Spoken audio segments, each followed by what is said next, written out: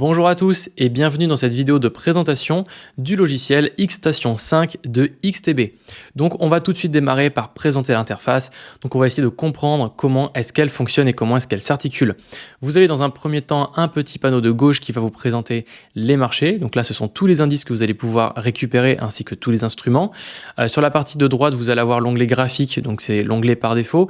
Et vous allez avoir différents onglets qu'on va venir analyser les uns après les autres. Et enfin en dessous vous allez avoir donc les positions ouvertes ainsi que les ordres en attente et vous avez différentes informations sur votre compte. Alors on va passer en revue beaucoup de critères de cette interface. Moi ce que je vous conseille c'est que quand vous démarrez, vous n'êtes pas trop sûr de votre interface, si vous l'avez modifiée etc. Vous allez cliquer ici sur par défaut pour avoir la vue par défaut et si vous avez fait des réglages et vous ne savez plus trop exactement comment le modifier, vous allez en haut à droite, vous cliquez sur paramètres. Et là, vous allez cliquer sur réinitialiser les paramètres. Comme ça, vous allez arriver sur une interface toute propre de XTB. Donc, on va d'abord démarrer sur l'onglet Marché. Dans l'onglet Marché, vous aurez un onglet Favoris. Donc là, ce sont tout simplement les différents instruments que vous aurez mis en favori. Donc par défaut, XTB va venir en sélectionner plusieurs. Ce que vous pouvez faire, c'est venir faire clic droit et venir faire retirer des favoris si un élément, vous souhaitez tout simplement le retirer de vos favoris. Sinon, vous pouvez ouvrir le graphique. Donc vous allez l'avoir qui va être ouvert sur la partie de droite. Par exemple, si je veux ouvrir le graphique de l'or, je vais venir cliquer sur ouvrir le graphique. Et là, j'ai le graphique de l'or qui a été ouvert. On peut d'ailleurs voir que sur le graphique, j'ai différents onglets. Ce sont les différents instruments que j'ai sélectionnés pour mon graphique. Alors je peux venir les fermer si je le souhaite. Et là, du coup, je n'ai plus aucun élément à ouvrir sur mon graphique. Alors on peut tout à fait supprimer différents éléments.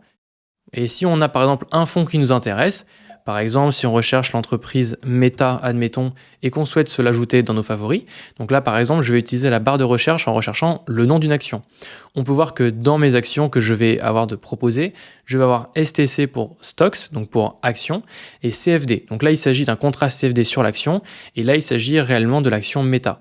Donc si admettons l'instrument que je veux suivre, c'est l'action Meta, ce sera celle-ci, je peux venir soit cliquer ici sur cette petite icône pour ajouter aux favoris, donc c'est ce que je peux faire, ou faire clic droit, cliquer sur l'élément pardon, et ensuite on va aller faire clic droit et ajouter aux favoris. Donc moi je vais directement cliquer sur la petite icône d'étoile pour venir l'ajouter, et si je reviens dans mon onglet favoris, j'ai bien Meta qui apparaît dedans.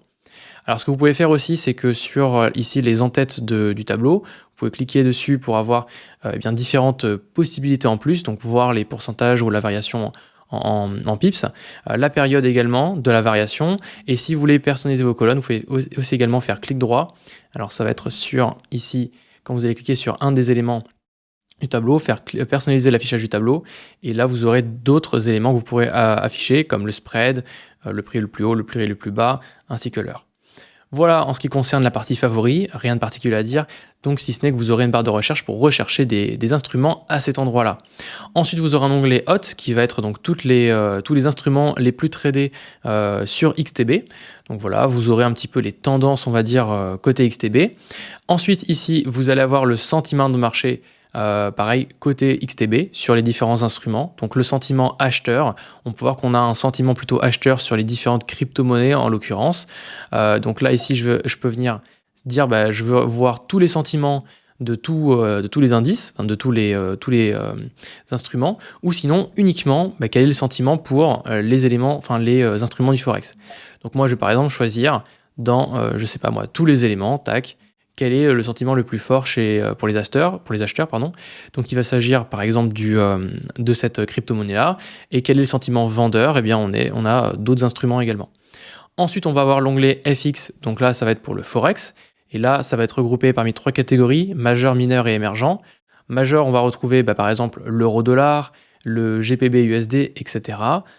Donc de la même manière, pour l'affiche sur le graphique, vous pouvez faire clic droit ainsi que ouvrir le graphique. Ensuite, on va avoir la partie indices. Donc là, vous allez avoir les indices regroupés par zone géographique, l'Amérique, l'Asie-Pacifique ou l'Europe. Donc là, notamment, vous allez retrouver ici, alors on va retrouver par exemple le CAC 40 normalement, qui va être ici FRA 40, donc qui va être un contrat CFD sur le CAC 40. Également, vous allez retrouver le DE30, etc. Ensuite, vous allez avoir les commodities. Donc ça, ce sont par exemple le fait de parier sur la valeur du cacao, du café, du coton, etc. Donc ça, c'est regroupé par catégorie, agriculture, énergie, métaux industriels, etc.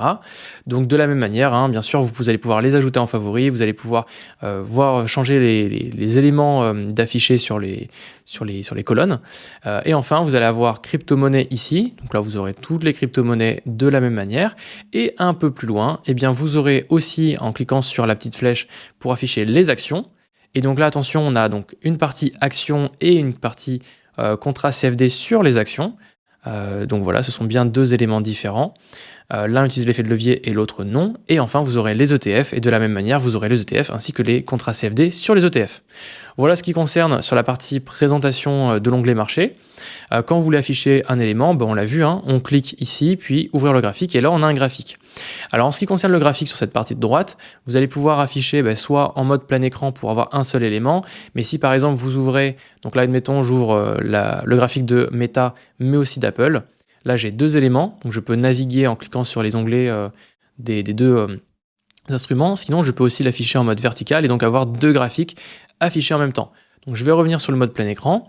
J'ai différents éléments sur le côté gauche qui va me permettre de dessiner sur le graphique, utiliser aussi des fonctions particulières comme par exemple Ishimoku. Alors ici, Ishimoku, tac.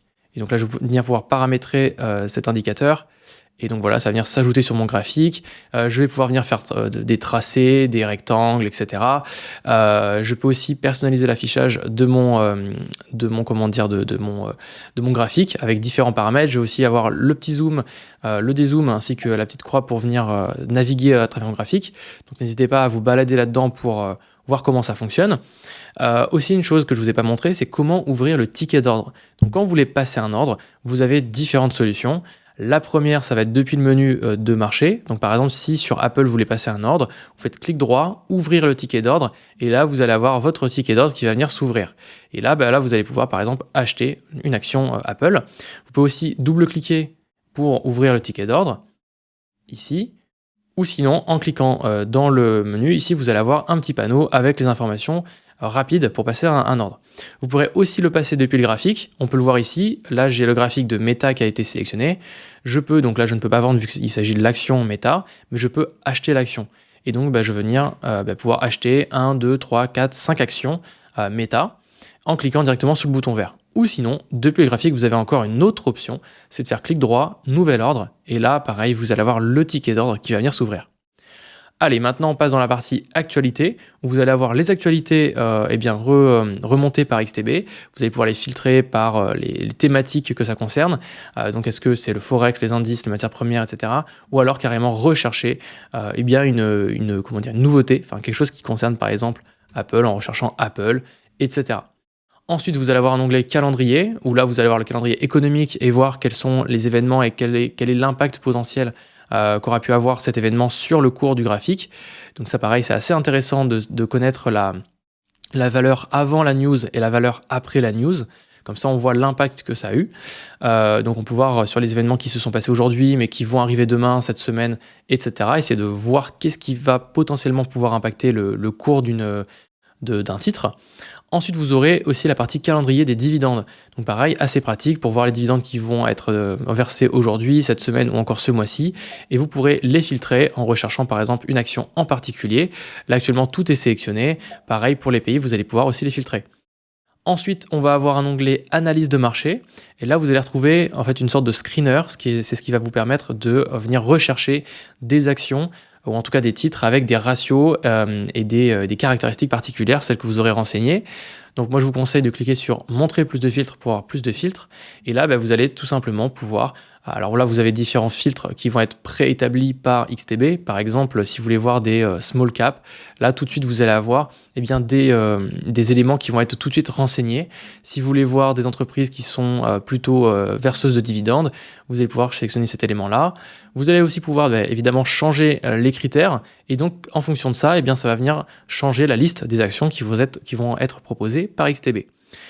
Et donc, ça vous permet en fait de faire une recherche de titres selon vos critères, tout simplement.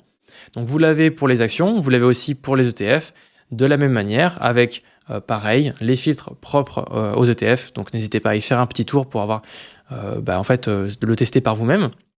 Et ensuite, vous avez un élément qui peut être aussi intéressant, qui est la heatmap. Donc en fait, cette heatmap, qu'est-ce que c'est? Eh bien, vous allez pouvoir donc représenter le marché Forex, le marché d'actions US ou le marché d'actions européennes à une certaine période. Donc en fait, voir l'évolution du marché, soit sur un jour, soit sur une semaine, soit sur un mois. Alors comment est-ce que visuellement on le comprend? Ici, dans la catégorie, dans la thématique software, logiciel, eh bien ici on voit qu'on a toutes les entreprises qui concernent des logiciels, donc Microsoft, Oracle, Adobe, etc.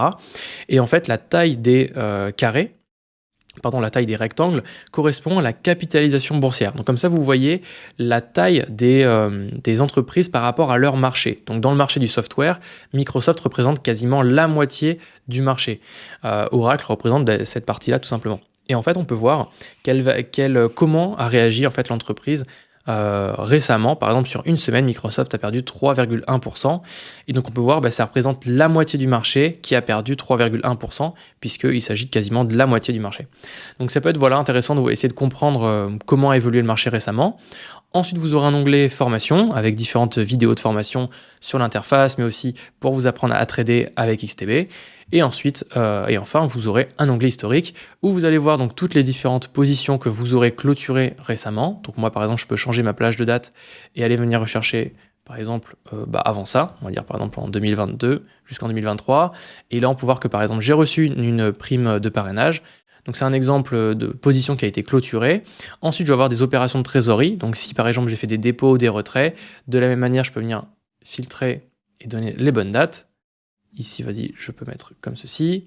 Et là, on peut voir que, par exemple, j'ai déposé 50 €, j'ai fait un retrait de 50 et un retrait de 27, par exemple. Et enfin, on va avoir un autre onglet, ordre. On va voir donc nos ordres qui vont être passés ici. Une fois que vous allez passer un ordre, eh bien, vos positions vont arriver dans un premier temps dans la partie ordre en attente, s'ils ne sont pas encore passés. Et lorsqu'ils seront passés, ils vont passer en position ouverte. Ensuite, dans la partie du bas, vous allez retrouver un bouton dépôt et retrait pour faire un dépôt et un retrait tout simplement. Et vous allez retrouver différents indicateurs sur la performance de votre compte en dessous. Alors ces indicateurs, on va essayer de le voir en détail. Alors le premier élément, ça va être le solde. C'est l'argent que vous aurez déposé sur votre compte XTB. Donc concrètement, c'est l'argent que vous aurez mis sur votre compte. Ensuite, vous aurez les fonds disponibles qui va correspondre à l'argent que vous avez sur votre compte avec la plus ou moins value latente de vos positions. Donc si admettons vous avez pris une position, qu'elle prend de la valeur mais que vous n'avez pas encore fermé cette position, eh bien ça va impacter les fonds disponibles et non votre solde. Dès l'instant où vous allez fermer votre position, cela impactera du coup votre solde. En troisième élément, vous allez retrouver la marge qui va être l'argent qui va être bloqué pour votre position, sur vos positions. Donc on part du principe que vous allez par exemple trader le Forex avec un certain effet de levier, et bien l'argent qui va être gelé, c'est l'argent qui va être utilisé de votre compte. Mais en fait, comme vous aurez près de l'effet de levier, eh bien vous allez avoir un impact qui va être plus élevé que ça. Enfin, vous allez avoir la marge disponible qui va correspondre à votre solde. Donc c'est l'argent sur votre compte moins l'argent qui est gelé. Donc concrètement, la marge disponible, c'est combien d'argent est-ce qu'il vous reste que vous pourrez encore geler sur votre compte. Et enfin, le niveau de marge, donc ça correspond au ratio entre les fonds disponibles et la marge. Ce qu'il faut comprendre, c'est que si vous descendez en dessous de 100% du niveau de marge, ça veut dire que vous ne pourrez plus passer de position, vous ne pourrez plus avoir de nouvelles positions nouvelles. Et à savoir également une chose, c'est que chez XTB, les comptes vous protègent contre le solde négatif, donc vous n'aurez pas, vous ne pourrez pas être en négatif, vous ne pourrez pas devoir de l'argent chez XTB. XTB va automatiquement fermer vos positions si toutefois elles perdent trop de valeur, donc comme ça vous n'aurez pas de dette envers XTB. On va essayer de prendre un petit exemple concret avec la partie l'espace démo. C'est ce que je vous conseille de faire. On va par exemple essayer d'ouvrir une position sur l'euro-dollar. On va aller par exemple trader 3 micro-lots ou 5 micro-lots, admettons. Donc la valeur du contrat est de 5 000 €, mais on peut voir que moi sur mon compte, eh bien, j'ai 1 000 € de disponible. Donc ici, la marge, donc c'est simplement en fait ce qui va être gelé sur mon compte. Donc c'est la valeur que je vais venir monopoliser dans la valeur de mon compte. Donc je passe mon ordre, par exemple à l'achat. Ici, on peut voir que la marge, eh bien, c'est 166 €. Il me reste donc une marge disponible de 832 €. Ça, c'est l'argent qui me reste disponible, qui peut être gelé encore sur d'autres positions. Là, on peut voir que mon solde n'a pas été impacté, mais que mon fonds disponible, il bouge, parce qu'en fait, c'est le solde avec notre plus ou moins value latente. Et si je ferme ma position en prenant ma perte, donc là, on peut voir que je perds légèrement un peu d'argent par rapport à 1000 €. Donc, je vais la fermer ici.